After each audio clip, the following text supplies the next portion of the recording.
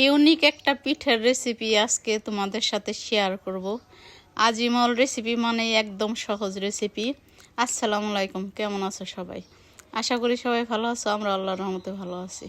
তো স্বামী তো বলে যে নিত্য নতুন খাবার খাইতে চায়, তাই ভাবলাম যে নিত্য নতুন খাবারটাই রান্না করে দিব। আর মানুষ বলে মানে কথা বললেই ভাইরাল হয়ে যায়, আর একটা ভিডিওর ভিতরে কোটি কথা বলি তাও ভাইরাল হয় না। তো মিষ্টি কদুটা সিদ্ধ করে চিনি দিয়ে মিশিয়ে এখানে চালের গুঁড়িটা আমি চেলে দিচ্ছি, আর এখানে ভালো করে মিশিয়ে নিচ্ছি।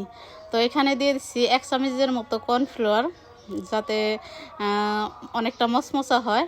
আর দিয়ে দিলাম আটা, মানে আমার বাসায় তো ময়দা নাই তাই আটাটা দিয়ে দিলাম।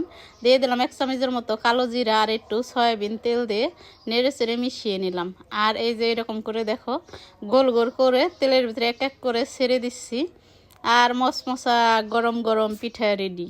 ঠিক আছে, একদমই স্পেশাল আমার বাসার এই মিষ্টি কুমড়ার পিঠাটা।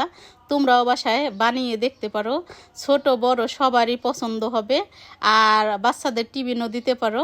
খেতে কিন্তু অসাধারণ হয়েছে। আজকের মতো এতটুকুই।